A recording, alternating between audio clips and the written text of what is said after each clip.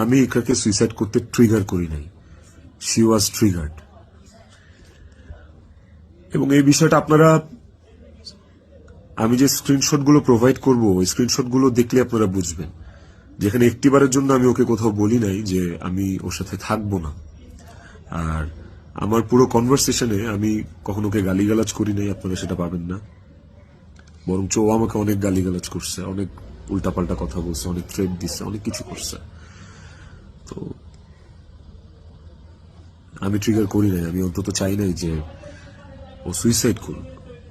আমার কাছে ইকরা শুধু আমার ওয়াইফ ছিল না, আমার কাছে এত টক্সিসিটির পরে এসেও ইকরা আমার কাছে আমার সন্তানের মা ছিল। এটা আমার কাছে অনেক বড় একটা ব্যাপার ছিল। আপনাদের আরেকটা বড় প্রশ্ন বা জানার ব্যাপার ছিল যে ইকরার মৃত্যুর আগে ওর ভিডিও কলে ও এমন কি দেখছে বা আমি এমন কি বলছি ভিডিও কলে যে কারণে ও বাধ্য হয়েছে সুইসাইড করতে।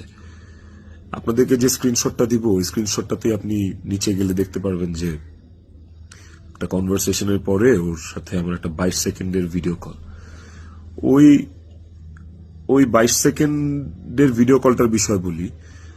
ও আমাকে কল দিচ্ছে, আমি ফোনটা ধরছি, ধরার পর ও আমাকে বলছে যে আমার শেষবারের মতো দেখে না, আমার আর জীবনে কোনোদিন দেখবি না। তো ওর ওই কথাটা শোনার পরে আমার কাছে মনে হয়েছে যে আমি খুব ঘাবড়ে গেছি, আমি ভয় পেয়ে গেছি যে নিশ্চয়ই কোনো একটা দুর্ঘটনা ঘটবে। সাথে সাথে আমি আমার অ্যাসিস্ট্যান্টকে কল দিচ্ছি যে ম্যাডাম পাগলামি করতেছে, ম্যাডাম যে তাড়াতাড়ি যায় দেখ ম্যাডাম কি করতেছে, তাড়াতাড়ি পাগলামি করতেছে। ওই অ্যাসিস্ট্যান্টের সাথে কথা বলার সময় আমার ফোনে ওই কথা বলা অবস্থাতে আরেকটা ভিডিও কল আসছে।